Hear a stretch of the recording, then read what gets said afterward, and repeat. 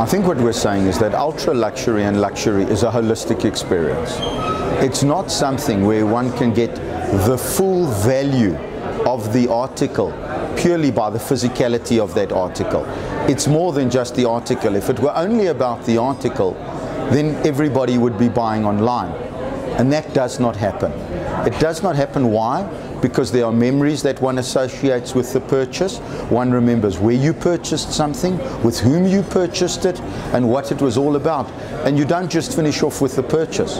After the purchase, there is a bag that you walk around that's oversized, that has beautiful branding. You sit, you make sure that others see it. Not necessarily because you're showing off, but because it's more than just the purchase of an article. So what we were saying needs to happen.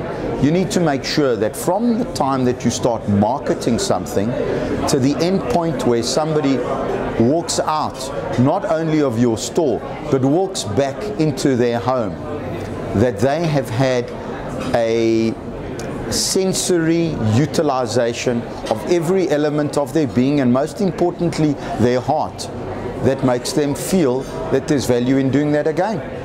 The other reason for it is, how come you have multiple jurisdictions that sell the goods, and how come many of the purchasers happen to be tourists? The reality is, it's not because they can't necessarily get the goods in their home country. It's because they're in a different time and space when they purchase. And that once again goes to that whole experiential element of saying that in this frenzied world that one lives in, there are still some fundamental elements, not necessarily value system in terms of a monetary value system because they're expensive goods, but value system in terms of what it gives people. That's, let me call it an old-fashioned value of really feeling good.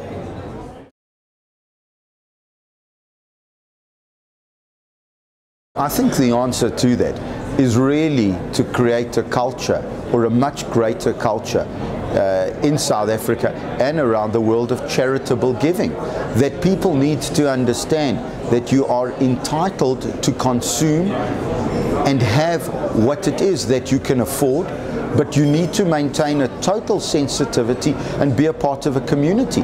And if people don't have that responsibility, then there will be a consequence that's going to happen in terms of a polarization of community. And I think that too seldom do we look to the United States, for example, as an example. But that is one of probably the greatest example in the world of people who are happy to show and indulge in luxury, but make just as much of a show and indulge in giving to others.